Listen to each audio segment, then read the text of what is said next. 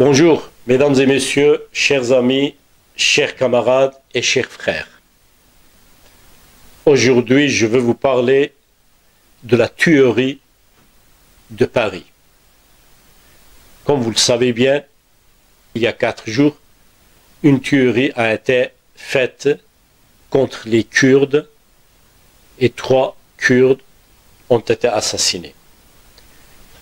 Vous le savez bien, 10 ans avant, 9 janvier 2013, encore à Paris, il y a eu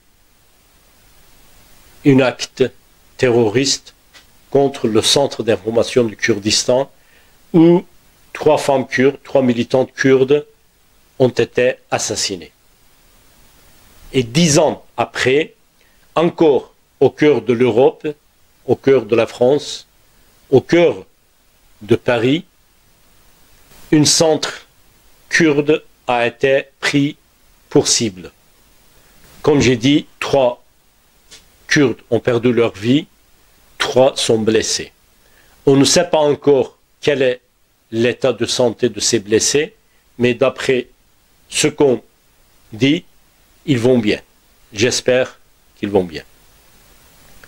Malheureusement, il y a beaucoup de gens, il y a beaucoup d'amis kurdes, en France aussi, qui parlent d'un acte raciste.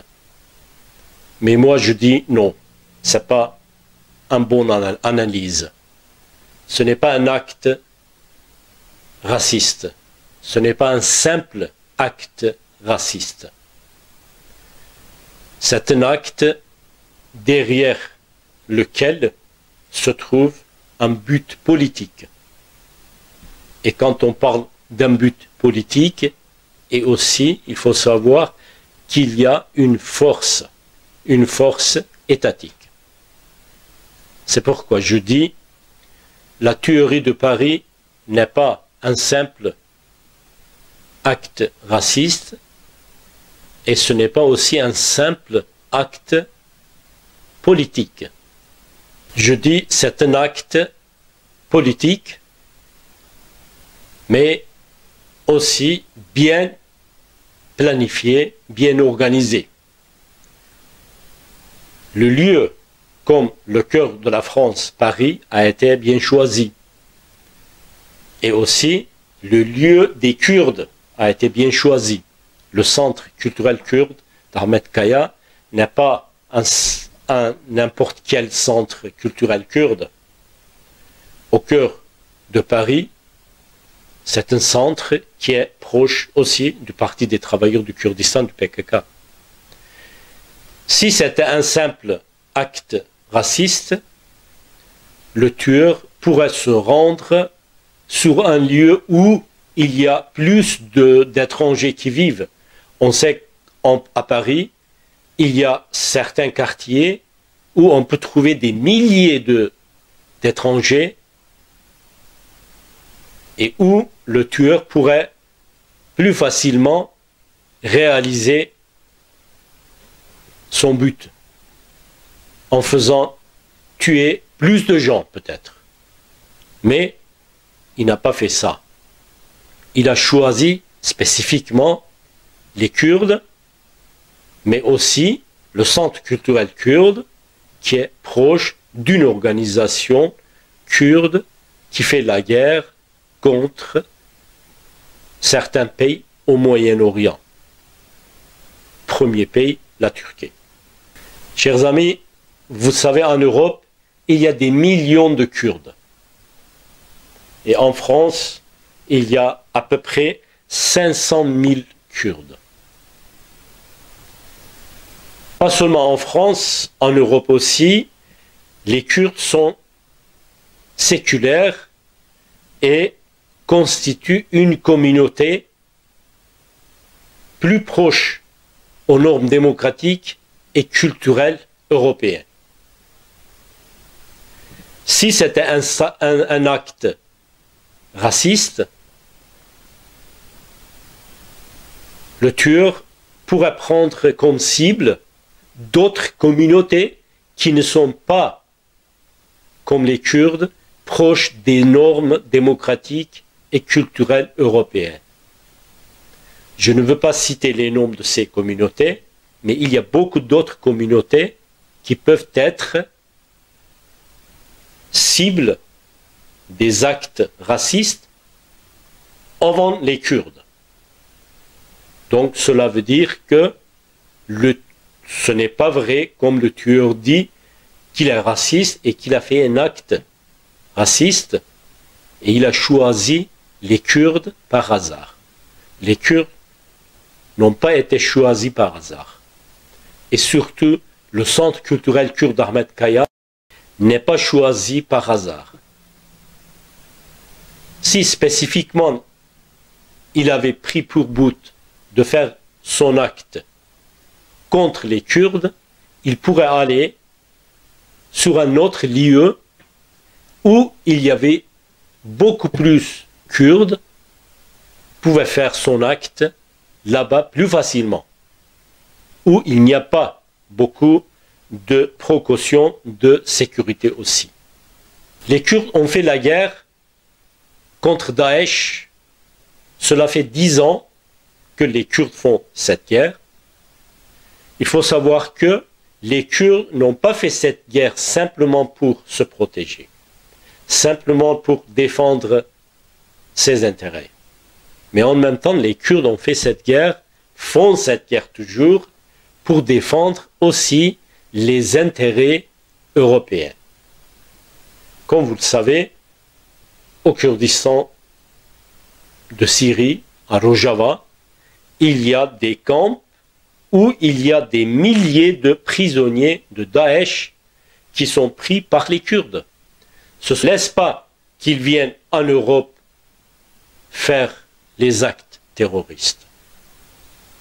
Cela veut dire que les Kurdes ne font pas simplement une guerre pour défendre ses intérêts. Aussi, les Kurdes font une guerre, mènent une lutte pour défendre aussi les intérêts européens. Les Kurdes en France ne doivent pas se tromper et faire des analyses injustes. Sur ce point-là, je veux surtout attirer l'attention de nos amis en France. Il ne faut pas dire c'est un acte raciste. En tout, il ne faut pas accepter que c'est un acte raciste. Le tueur peut être raciste, mais il a été utilisé par une force politique. Donc, cela veut dire qu'il a fait un acte politique. Il faut tout d'abord accepter ceci. J'espère que les autorités françaises et surtout la justice française fassent le nécessaire pour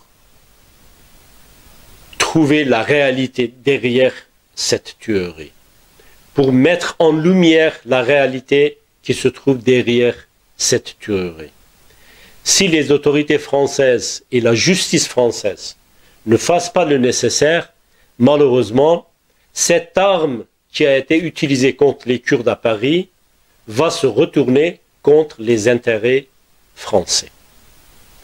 Ça veut dire ceux qui ont tué aujourd'hui les Kurdes, demain, peut aussi tuer les Français.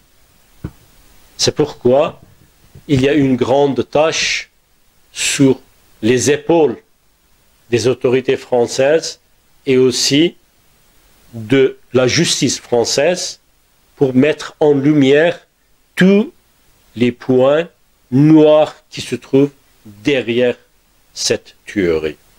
Si on fait comme on a déjà fait concernant la tuerie de 2013, malheureusement, on ne pourra pas trouver la réalité qui se trouve derrière cette tuerie. Mes amis, je veux aussi surtout citer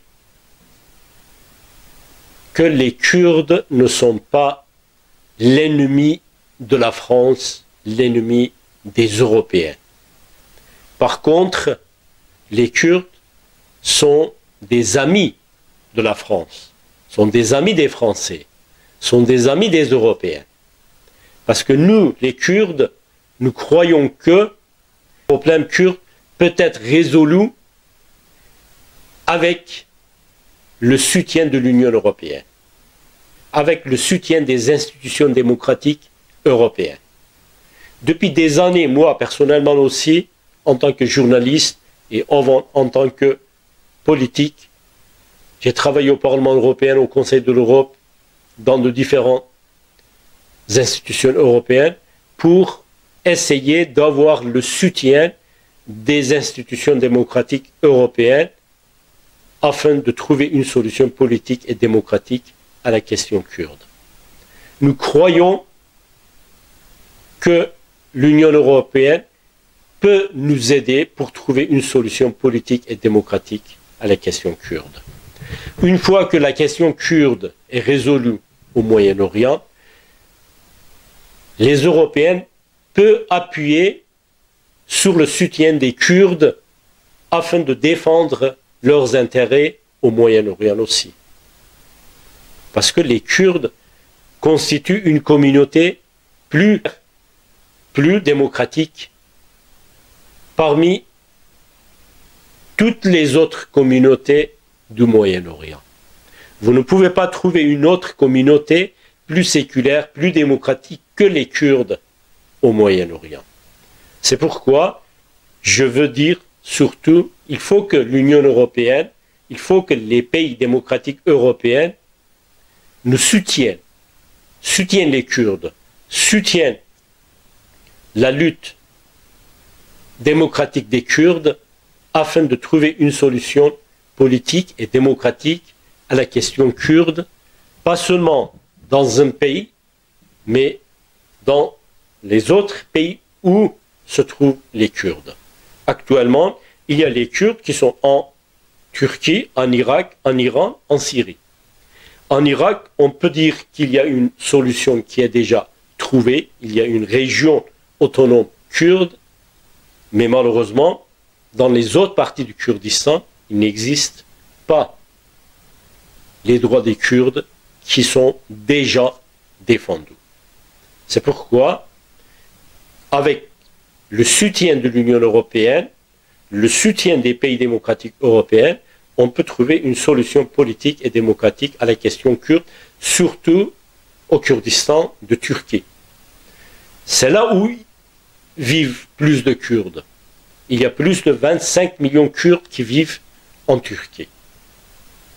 Si on trouve une question politique et démocratique pour la question kurde en Turquie, on peut aussi démocratiser la Turquie et la Turquie peut devenir un pays plus démocratique et plus développé. Une Turquie plus démocratique, plus développée, avec la solution démocratique à la question kurde, peut être un bon allié de l'Union européenne. À ce moment-là, ce n'est pas seulement les Kurdes qui gagneront, ce sont les Turcs aussi qui gagneront. Ainsi, les Européens qui gagneront. Je vous remercie d'avoir m'écouté. Jusqu'à la prochaine vidéo. Je vous souhaite bonne journée. Au revoir.